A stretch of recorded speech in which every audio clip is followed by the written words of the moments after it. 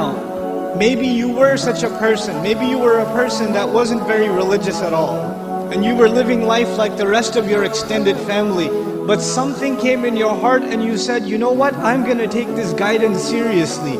I don't know how it happened. Maybe Allah made it happen through some YouTube video. Or it happened through some khutbah you heard, or a friend, or however it happened. But you decided to make a change for the better in your life. And when you start changing the behavior in your life, the first people to see a change in you will be your own family. They will notice it. They will notice that you're not the same anymore. You don't talk the same, you don't act the same, you don't go to the same places, you don't even have the same friends anymore. And this necessarily happens. When you take a turn towards Islam, necessarily you start losing friends. Because your old friends used to do pretty bad things and now you can't do those things with them anymore. So you suffer a loss of friends.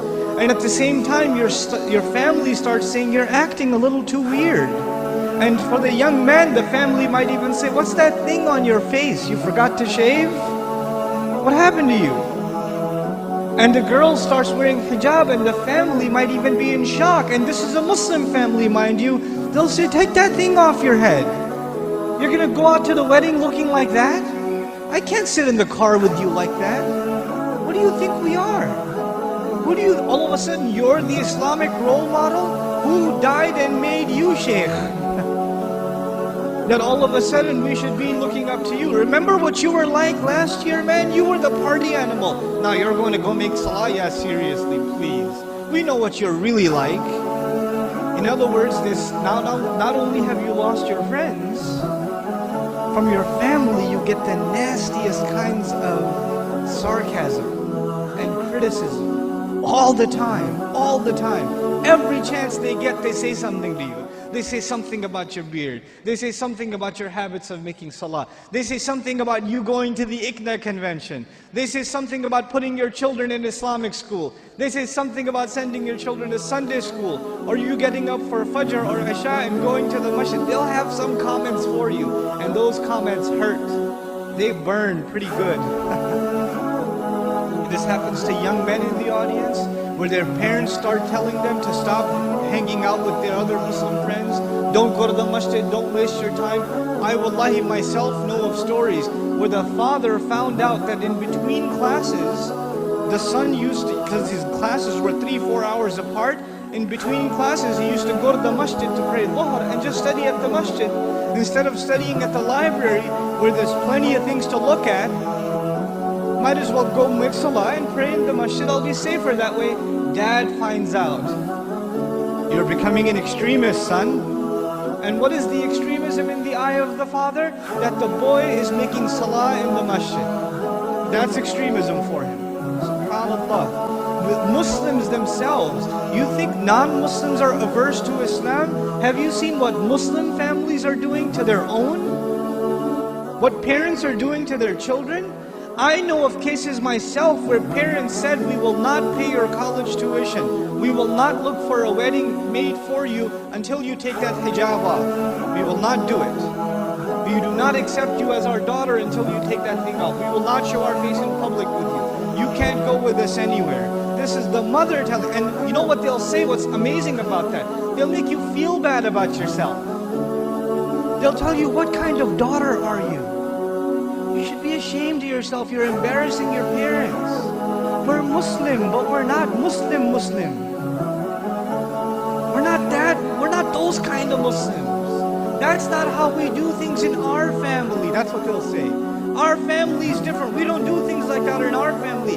That's those masjid people. Don't be like those masjid people. That's what they'll say.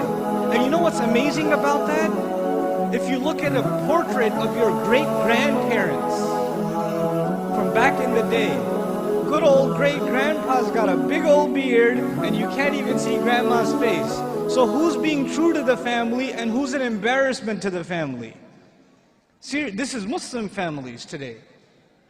And you're in the midst of all of this. And you know what happens? Because you've made a decision to turn towards Islam, if an enemy of Islam came to you and said, abandon your religion, you'd say, oh yeah? I'm going to be even more committed. You would become energized in your zeal for the religion when the enemy attacks Islam. We get even more fired up. Muslims get fired up in the craziest of ways. Somebody draws a cartoon about the Messenger ﷺ, and Muslims go crazy and they'll burn some other guy's car up or break somebody else's because they're really angry. But we get fired up when something happens, something questions the dignity of our religion, even if it makes sense or doesn't make sense. But when your own family comes and says, look, I love you, I'm worried about you, I don't want you to become this way. This is the way of the people who fail out of college, who don't have a career, who have miserable lives. I don't want you to fall into this extreme. Somebody is putting you under their influence. You need to get away from them. They're the ones pulling you away. So how do you deal with that? The most inappropriate response to this pressure is anger. And you know what? That is the most common response too. Your parents start yelling at you for growing the beard, and you're a young, hot-blooded guy. What do? Oh yeah? It's the sunnah. You can't tell me what to do. You're following culture, and I'm trying to follow Islam. And you slam the door in their face. Way to go. Because that's what Allah wants you to do. Yell back at your parents. And they're talking about your beard. What was Ibrahim's father talking about, alayhi salam?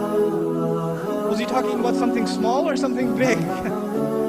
Go make sajda to idols, boy. And does he lose his cool? Does he get angry? We have to learn how to be with our parents. Even when they call you away from deen, it doesn't matter if they're Muslim or not. وَإِن جَاهَدَاكَ عَلَىٰ أَن تُشْرِكَ بِمَا لَيْسَ لَكَ بِهِ عِلْمٍ فَلَا تُطِعْهُمَا وَصَاحِبْهُمَا فِي الدُّنْيَا مَعْرُوفًا. Allah Azza wa Jal tells us, if they struggle against you to make you follow what they themselves have no knowledge of, don't obey them, while at the same time accompanying them in the most dignified fashion. Obeying them is separate, respecting them is separate.